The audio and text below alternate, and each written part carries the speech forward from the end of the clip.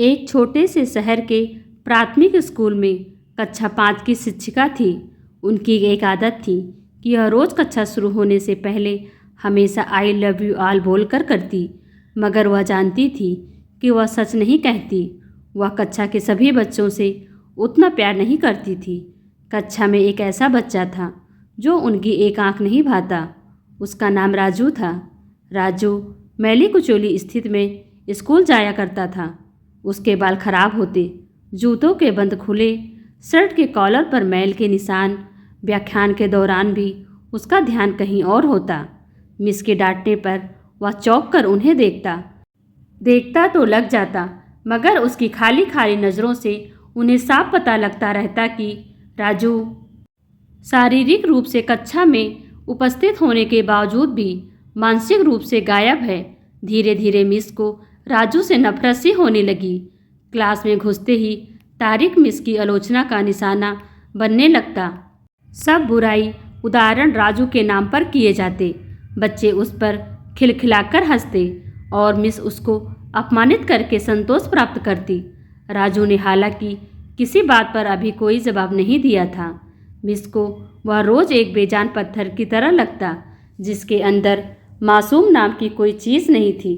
प्रत्येक डांट, व्यंग और सजा के जवाब में वह बस अपनी भावनाओं से खाली नज़रों से उन्हें देखा करता और सिर झुका लेता।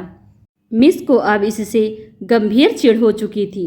पहला सेमेस्टर समाप्त हो गया और रिपोर्ट बनाने का आचरण आया तो मिस ने राजू की प्रगति रिपोर्ट में यह सब बुरी बातें लिख मारी।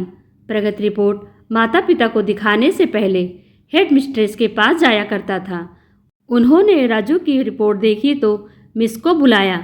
मिस, प्रगति रिपोर्ट में कुछ तो प्रगति लिखनी चाहिए। आपने जो कुछ भी लिखा है इससे राजू के पिता इससे बिल्कुल निराश हो जाएंगे। मैं माफ़ी मांगती हूँ लेकिन राजू एक बहुत ही अशिष्ट और निकम्मा बच्चा है। मुझे नहीं लगता कि मैं उसकी प्रगति के बारे में कुछ लिख सकती हूँ। मिस घृणित लहजे में बोलकर वहाँ से उठ आई। हेड मिस्ट्रेस ने एक अजीब हरकत की। उन्होंने चपरासी के हाथ मिस की डेस्क पर राजू की पिछले वर्षों की प्रगति रिपोर्ट रखवा दी। अगले दिन मिस ने कक्षा में प्रवेश किया तो रिपोर्ट पर नज़र पड़ी। पलटकर देखा तो पता चला कि यह राजू की रिपोर्ट है। पिछली कक्षाओं में उसने निश्चय ही यही गुल खिलाए होंगे, उन्होंने सोचा और कक्षा 3 की रिपोर्ट खोली। रिपोर्ट में टिप्पणी पढ़कर उनकी आश्चर्य की कोई सीमा न रही जब उन्होंने देखा कि रिपोर्ट उसकी तारीफों से भरी पड़ी है। राजू जैसा बुद्धिमान बच्चा मैंने आज तक नहीं देखा। बेहद संवेदनशील बच्चा है और अपने मित्रों और शिक्षक से बेहद लगाव रखता है। अंतिम सेमेस्टर में भी राजू ने प्रथम स्थान प्राप्त किया। मिस ने अनिश्चित स्थिति में कक्षा 4 की रिपोर्ट खोली। राजू ने अपनी माँ की बीमारी का बेहद प्रभाव लिया। उसका ध्यान पढ़ाई से हट रहा है।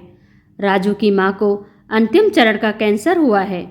घर पर उसका और कोई ध्यान रखने वाला नहीं है, जिसका गहरा प्रभाव उसकी पढ़ाई पर पड़ा है। राजू की माँ मर चुकी है और उसके साथ ही राजू के जीवन की रमक और रौनक भी। उसे बचाना होगा इससे पहले कि बहुत देर हो जाए। मिस के दिमाग पर भयानक बोझ तारी हो गया। कांपते हाथों से उन्होंने प्रगति रिपोर्ट बंद की।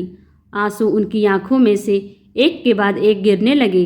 अगले दिन जब मिस कक्षा में दाखिल हुई तो उन्होंने अपनी आदत के अनुसार अपना पारंपरिक वाक्यांश आई लव यू ऑल दोहराया, मगर वह जानती थी कि वह आज भी झूठ बोल रही हैं, क्योंकि इसी क्लास में बैठे एक उलझे बालों वाले राजू के लिए जो प्यार आज वह अपने दिल में महसूस कर रही थी, वह कक्षा में बैठे और किसी भी बच्चे के लिए नहीं हो सकता था।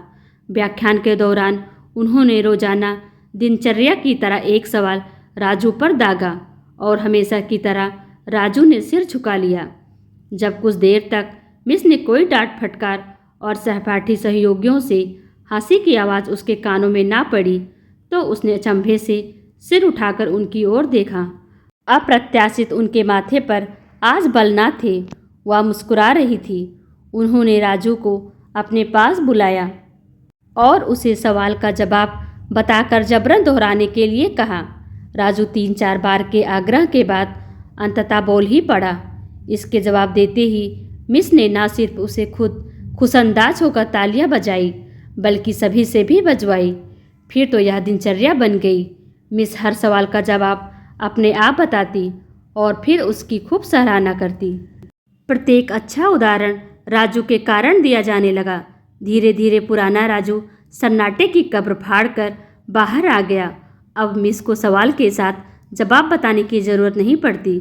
वह रोज बिना त्रुटि उत्तर देकर सभी को प्रभावित करता और नए नए सवाल पूछकर सबको हैरान भी।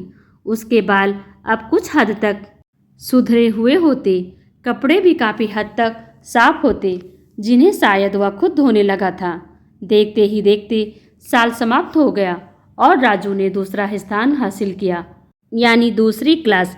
विदाई समारोह में सभी बच्चे मिस के लिए सुंदर उपहार लेकर आए और मिस की टेबल पर ढेर लग गए। इन खूबसूरती से पैक हुए उपहार में से एक पुराने अखबार के बाद सलीके से पैक हुआ एक उपहार भी पड़ा था। बच्चे उसे देखकर हंस पड़े। किसी को जानने में देर न लगी कि उपहार के नाम पर ये राजू लाया होगा। मिस ने उपहार के इस छोटे से पहाड़ में से लपक कर उसे निकाला। खोलकर देखा तो उसके अंदर एक महिला की इत्र की आधी इस्तेमाल की हुई शीशी और एक हाथ में कंगन पहन लिया। बच्चे यह दृश्य देखकर हैरान रह गए, खुद राजू भी। आखिर राजू से रहा ना गया और मिस के पास खड़ा हो गया। कुछ देर बाद उसने अटक अटक कर मिस को बताया कि आज आप में से मेरी माँ जैसी खुशबू आ रही है। समय पर लगाकर उड़ने लगा। दिन सप्ताह, सप्ताह महीने और महीने साल में बदलते भला देर कहाँ लगती है। मगर हर साल के अंत में मिस को राजू का एक पत्र नियमित रूप से प्राप्त होता, जिसमें लिखा होता कि इस साल कई नए टीचर्स से मिला मगर आप जैसा कोई नहीं था। फिर राजू का स्कूल समाप्त हो गया और पत्रों का सिलसिला भी। कई साल आगे गुजरे और मिस रिटायर्ड हो गई। एक दिन उन्हें अपनी मेल में राजू का पत्र मिला, जिसमें लिखा था, इस महीने के अंत में मेरी शादी है और आपके बिना शादी की बात मैं सोच भी नहीं सकता। एक और बात, मैं जीवन में बहुत सारे लोगों से मिल चुका हूँ पर आप जैसा कोई नहीं है, डॉक्टर राजू। साथ ही विमान का आने जाने का टिकट भी लिफाफे में मौजूद था। मिस खुद को हरगिज़ ना रोक सकती थी। उन्होंने अपने पति से अनुमति ली और दूसरे शहर के लिए रवाना हो गई। शादी के दिन जब वह शादी की जगह पर पहुंची तो लेट हो चुकी थी। उन्हें लगा समारोह समाप्त हो चुका होगा, मगर यह देखकर उनके आश्चर्य की सीमा न रही कि शहर के बड़े डॉक्टर, बिजनेसमैन, यहाँ तक कि वहाँ पर शादी कराने वाले पंडित जी भी थक गए थे। आखिर कौन आना बाकी है? मगर राजू समारोह में शादी के मंडप के बजाय गेट की तरफ टकटकी लगाए उनके आने का इंतजार कर रहा था। फिर सबने देखा कि जैसे ही एक पुरानी शिक्षिका ने गेट में प्रवेश किया, राजू उनकी ओर लपका और उनका वह हाथ पकड़ा जिसमें उन्होंने अब तक वह सड़ा हुआ सा कंगन पहना हुआ था और वह उन्हें सीधा मंच पर ले गया। माइक हाथ में पकड़कर उसने कुछ यूँ बोला, दोस्तों, आप सभी हमेशा मुझसे मेरी माँ के बारे में पूछा करते थे और मैं आप सबसे वादा किया करता था कि जल्दी आप सबको उनसे मिलवाऊंगा। यह मेरी माँ हैं। दोस्तों, आपको यह कहानी कैसी लगी कमेंट कर हमें ज़रूर बताएं। वीडियो को लाइक कर चैनल को सब्सक्राइब करना बिल्कुल भी ना भूलें। Thanks for watching.